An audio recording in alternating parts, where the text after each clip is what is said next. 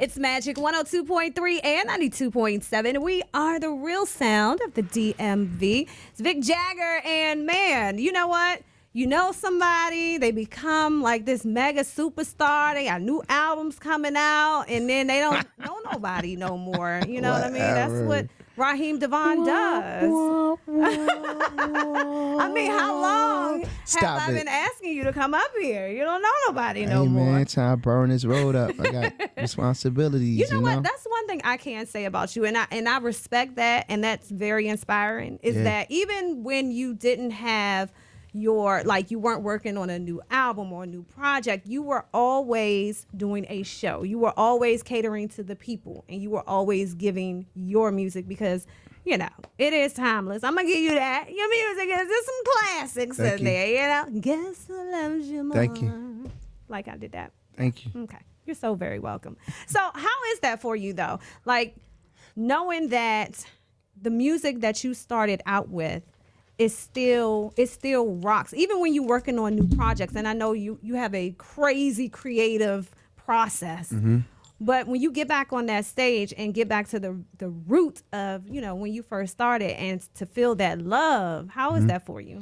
It's great. It's great to have the catalog that I have, but I live by the philosophy that you're as great as the last album you put out, you're as great as the last record you put out, and you're as great as the last time you touched the stage. So you know, I pride myself in whether it's free or you paying, you know, $150 for a ticket, you know, VIP, whatever that is, that I give you the best that I have to give and offer that night, you know? Okay, so is this new album the best that you have to give right now? I don't know. You tell me. I don't know if you heard it. I mean, the streets are talking to people. I want you to tell me about the album. I can't, because it's you know, I can't tell you that. Like, that's something that's determined by the people, you know? From what they saying, from what the streets are saying, you know, this is the day I saved R&B. This is the hottest thing on the street right now. Like, you know. I like how you've been real modest. So it's and that, you know, the genre has a new king and these different things, you know. But I just enjoy what I do. I really wanted to make a real R&B album, though. I wanted to remind myself. I wanted to remind my competitors. I wanted to remind listeners, like, what real R&B supposed to sound like, in my opinion. You know what? I think that's where I'm getting at with asking you that, because, you know, when you work on new music and you go through that creative process, a lot of artists feel like, you know what, I feel like this is like my best project yet. I feel like, you know, this is a new direction for me, or I feel like, you know, this is something that I had on my heart, so I put my blood, sweat, and tears into it. And so for this new project, how is that for you? Like, what does this project mean for you? I put my blood, sweat, and tears in anything I put in, that I record. Every time I part my lips to, or, you know, my mind, get my mind right to, because I don't physically write songs down. So anytime I go in the studio, it's all freestyle? I go in the studio and give it my all. Like, I don't got time to be playing. This is what I do for real. So you saying that you don't write anything? Man, I haven't wrote nothing down on paper. Like, you went to the studio and you were like, la, la, la, la, la, la, la. Well, that's a different scenario. Like, I have writers within my camp. I have songwriters that I work with too. So that record in particular was a record that was introduced to me by my partner Blanco the Ear from out of ATL. So, you know, it was tailor made for me. I mean, I love that part. That's why I had to sing it. Yeah, the track number 2, which is Don't Come Easy, and track number 13, When It's Real, are the records that I did not write on this album. Like, you know what I mean?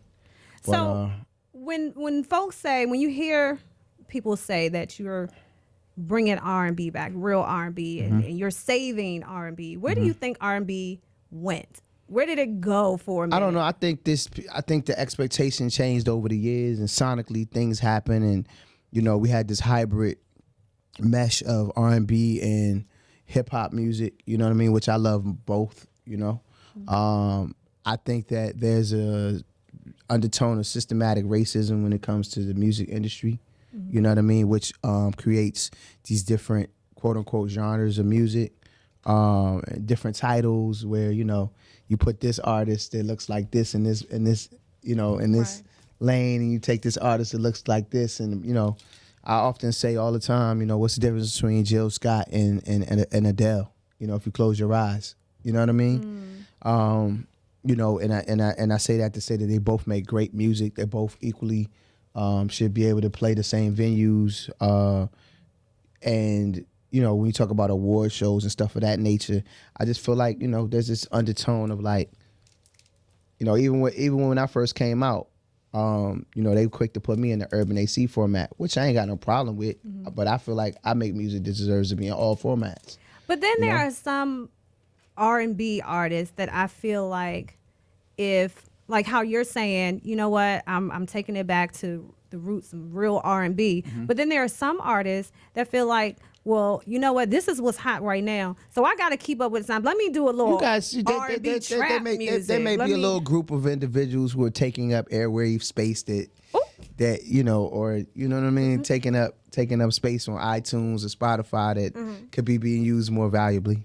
If that's what I'll say it for you. If you don't want to say it, you know what I mean. I'm just saying, people, you know, they go with what the trend is instead of sticking to what I stick to my guns. I like, nobody's gonna dictate to me what they feel like I should do or sonically what's happening. And because you're looking at the market, you're like, okay, well, I study if I get on a R&B, track, soul music, hip hop for you know, I study it. Like I study the culture. Like I'm part of it. I'm one of the innovators of, you know, certain things. You know what I mean?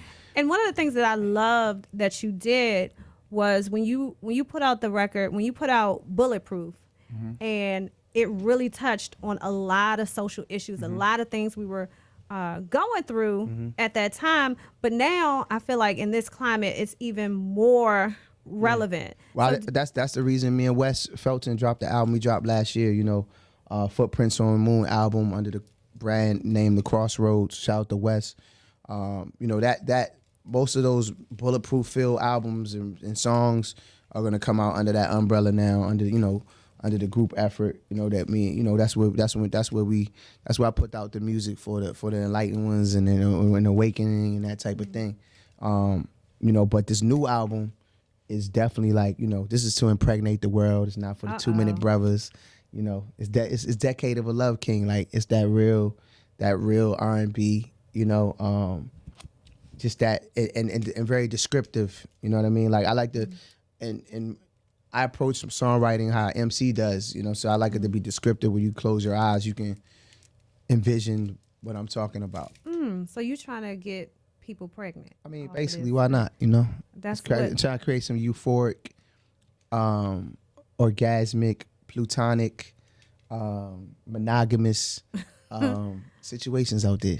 Nice. Well, where is the tour going to go down? Oh, the tour is brewing. Are we doing? It's brewing. We a lot of dates are coming in for 2019. My next show here will be at the Howard Theater on December 20th. In conjunction with my foundation, the Love Life Foundation. Tickets are available now.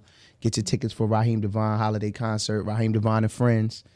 I got a lot of wonderful friends coming again. If you ever been to one of these things, you know we don't pretty much announce who's coming to like 2 weeks, a week or two ahead of time. You know, hey, I can't tell you that. Can you just tell it's me gonna be one great. person? I can tell you this. You can see it in DC and you can see it in New York this year, just like we did last year. Shout out to the Highline Ballroom as well as the Howard Theater here locally. Get your tickets now, man. Like don't wait. Don't be last. Be first. You know? I love it. Decade of a Love King. Yeah. New music from Raheem DeVaughn. Yeah, man. It's available everywhere digitally, as well as more. We got a very limited amount of CDs. You know, it's not a physical copy world that we live in now anymore. Yeah, you know, in the States anyway. You know, although I know that my fan base, I probably got more CDs, you know, at my office than they do on the shelves. You know, but you know, retailers are not buying CDs anymore. Yeah. But we do have a very limited amount at Target, and there's a very limited amount at FYE. So make sure you call before you go. Make sure they have what you need. You know, album number 6, Decade of a Love King. But it's everywhere digital. It's already in your phone right now, waiting for you. And congratulations, because Don't Come Easy is climbing up there. Oh yeah, we had it for number 1. We like 5. We'll be 5. I saw you on We're gonna Twitter. be 5. I predict we'll be 5 by the end of the day. I saw you on Twitter talking about we coming for that number 1 I'm coming spot. for that number 1 spot. I mean that. You know what? And I know you can do it. Raheem DeVaughn. I'm going to do it. Thank you so much. Appreciate Thank you.